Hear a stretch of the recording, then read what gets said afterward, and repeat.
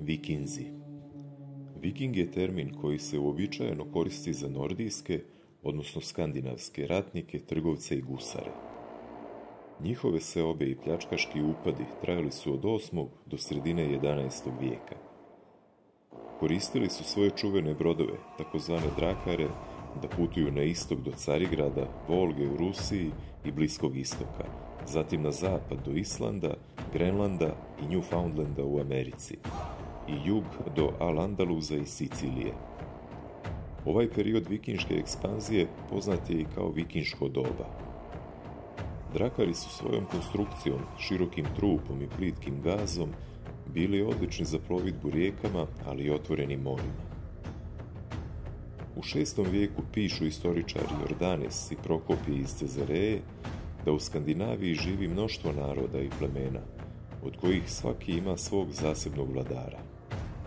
Rezultat manjih plemenskih migracija bio je nastanak današnjih naroda poznatih u Skandinaviji, Šveđana, Danaca i Norvežana, koji su sredinom 6. vijeka zauzeli svoje današnje prostore. Prvi vladar koji je ujedinio Norvežane u 9. vijeku bio je Harald Lijepokosi. Nakon njegove smrti 933. godine raspala se centralna vlast.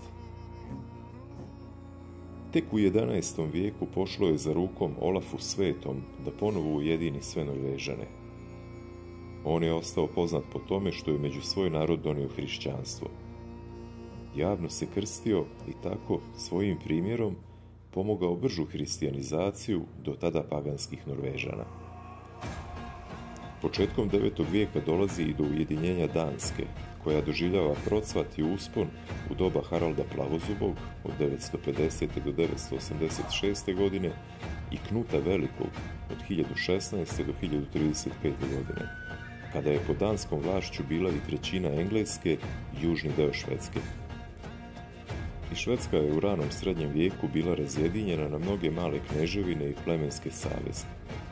U to doba posebno se isticao plemenski savez u naselju Uppsali. Uslijed nekoliko nerodnih godina koje su rezultovale nizom godina gladi, pojedine plemenske vođe i aristokrate okupljaju svoje ratne družine i sa svojim brodovima organizuju prekomorske pljačkaške pohode.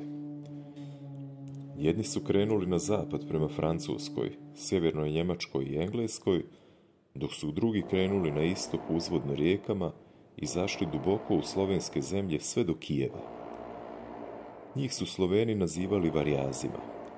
Čuvena je bila trgovačka ruta od Skandinavije do Vizantije, kojim se najviše trgovalo krznom, robljem i medom.